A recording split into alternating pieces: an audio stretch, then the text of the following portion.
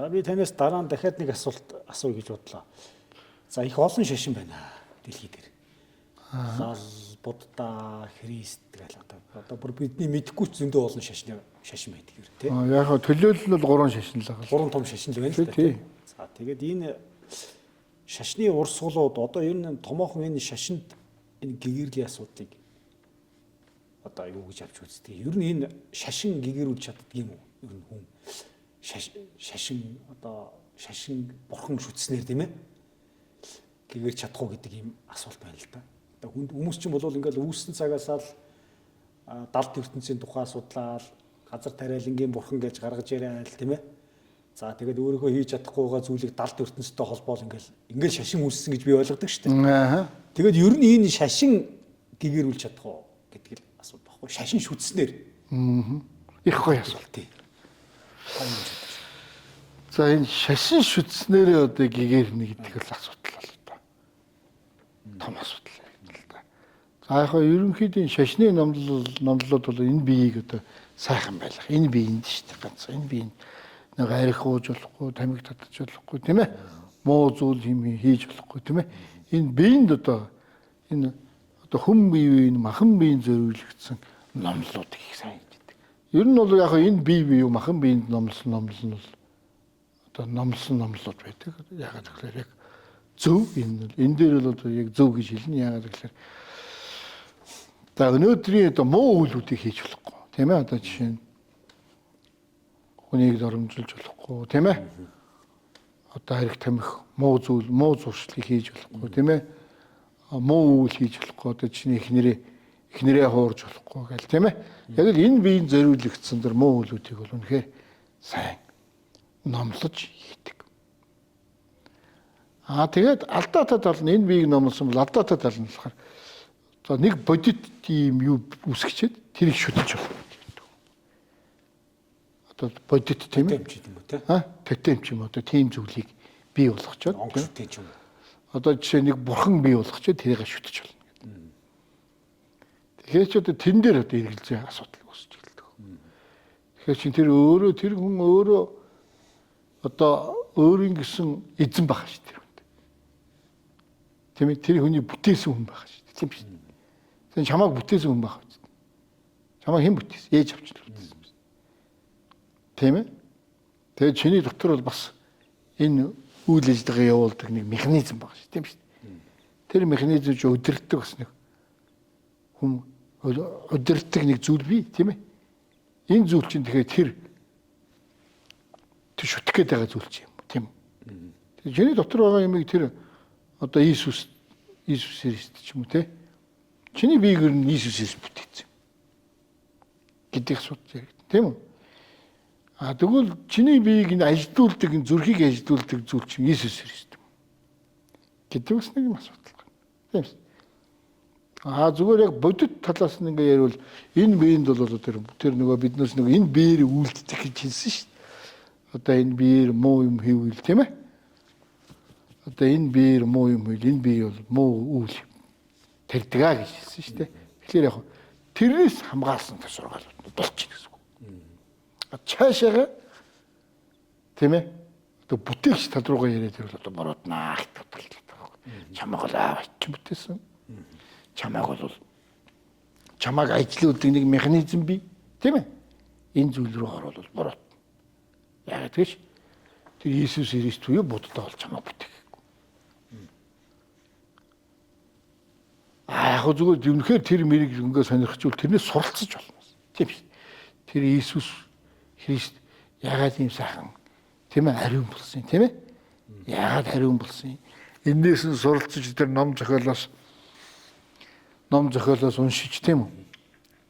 За тэгээд тэрэндээ өөрөө үлгэр дуурайл авах зүйлэл авч болно. Одоо Мухаммад билиг чинь тэрнээс л тийм ээ. Тэр яагаад одоо тэр зүнч болсон тийм ээ. Тэр зүнч гэдэг үстэй Мухаммад тийм. Тэгэхээр тэр яагаад зүнч болсон? Ямар гаруу гарлаар ямар мэдрэмжээ хөгжүүлсэн тийм ээ. Энээс нь суралцж болно шүү дээ. Шүтэж болохгүй. Шүтнэ гэдэг зүйлийг харин та бол ээж авах шүтэж байна. За тэгэхээр одоо энэтэй холбоотой юмнууд ингээд ярихлаар шүтэж болохоор тийм. Тэгэхээр бол шашнаар бол ерөнхийдөө яг ингэж хэлэхэд л гэгээр л асуудалтай болно гэсэн. Яг хэрэг зүгээр миний зүгээр ойлголт бол ер нь бол одоо чинь бурхан багш буддаг төлөвлөл хэлээ л да тийм. Бурхан багш буддаа бол өөрөө хэлсэн ш таны дотор байгаа бяцхан буддаага таасарэ гэж хэлсэн баг. Тэгэхээр таны дотор байгаа юу байгаа юм? Таны дотор чинь сэтгэл буюу сүнсэл байгаа шүү дээ. Тэгэхээр энэ сүнсийг л сэрээ гэсэн үг хэлж байгаа. Тэгэхээр бурхан багшд өөрийнхөө сүнсийг сэрээгээд энэ сэтгэлийг тийм үү саахан болгоо тийм үү. Тэгээ цаашаагаа ирвэл одоо сайн цаашаагаа ирвэл одоо тийм ээ гүн гүнзгий одоо янз янз арга барилуд байдаг байхгүй. Тэргээрээ яваад ингээ гихээрлийг бий болгосон л гэж. Өөрөө гихээс гэдэг маань өөрөө зовлонгоо авч ийсэн гэдэг хэлдэг байхгүй. Тэгээ бурхан багш бол яг энэ арга барилаар хэлж байгаа юм чинь тийм биз дээ. Өөрийгөө шүт гэж бол тэрийг хэлээг байгаа шүү дээ. Уусаа тэр ойлгомжтой. Бурхан багш бол намааг шүт гэж хэлээгүй шүү дээ. Тэгвэл энийг одоо хин одоо говьлээд хийгээд байгаа юм бэ? Надаас суралцаарай л гэж хэлсэн ба. Одоо бурхан багштай уулзвал надаас суралцаарай.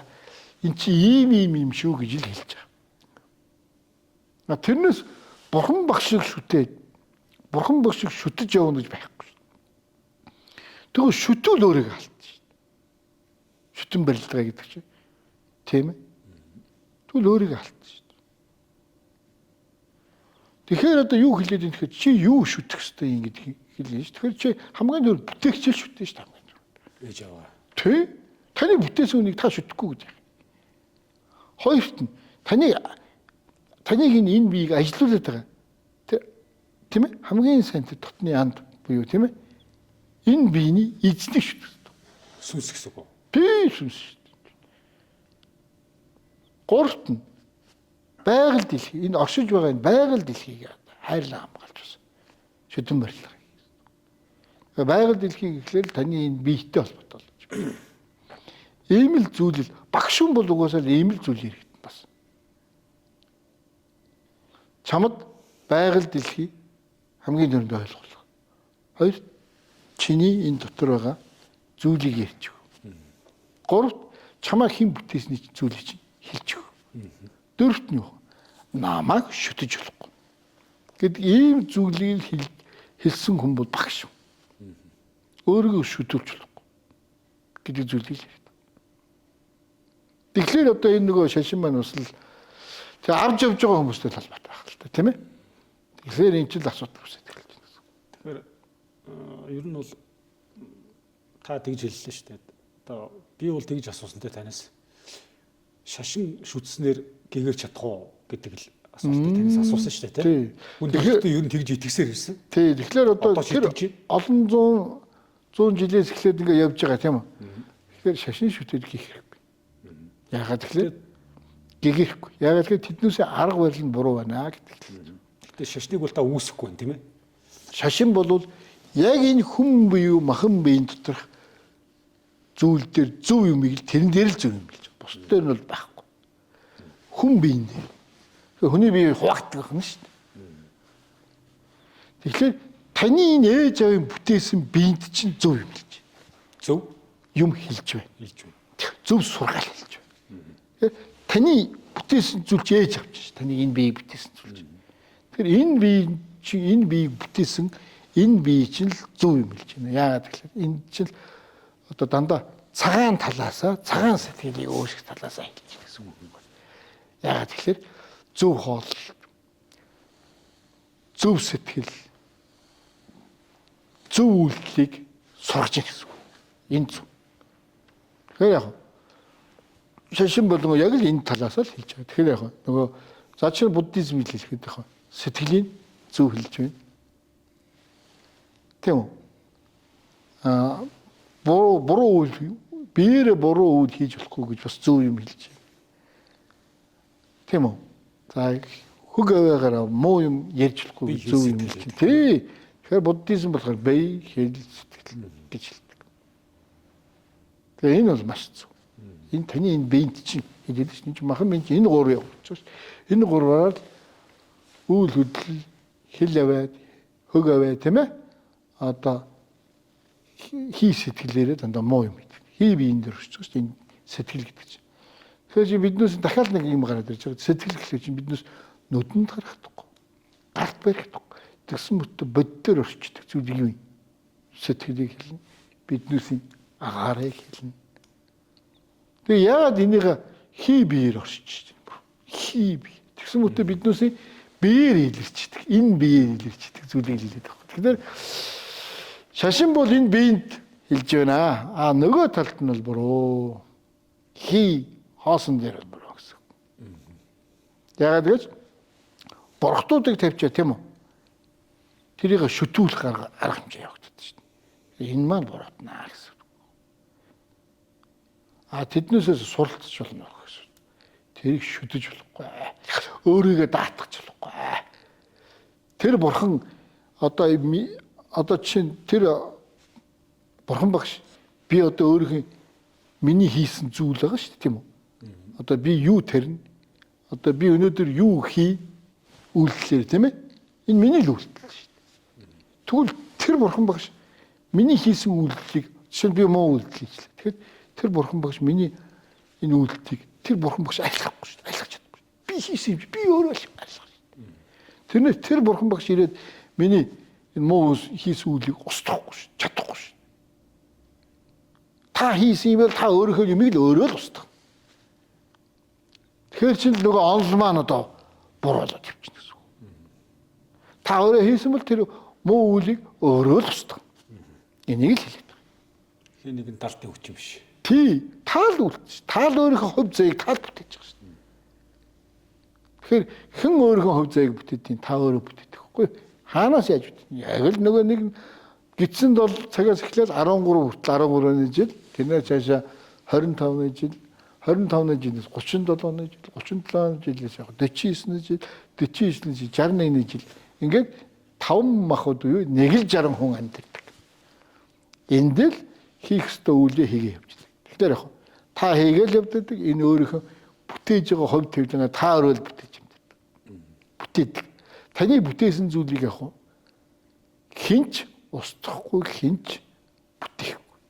Та өөрөө л бүтээдэг. Энэ зүйлийг л хийдэг. Ер нь бол энэ зүйлийг л арилгаж цэвэрхэн болгож тийм үү? Энэ дотор байгаа зовлонг байхгүй болгосноор яг зовлонг мэдрэхгүй байгаа зүйлийг л гэгээр л гэж хэлж байгаа юм аа.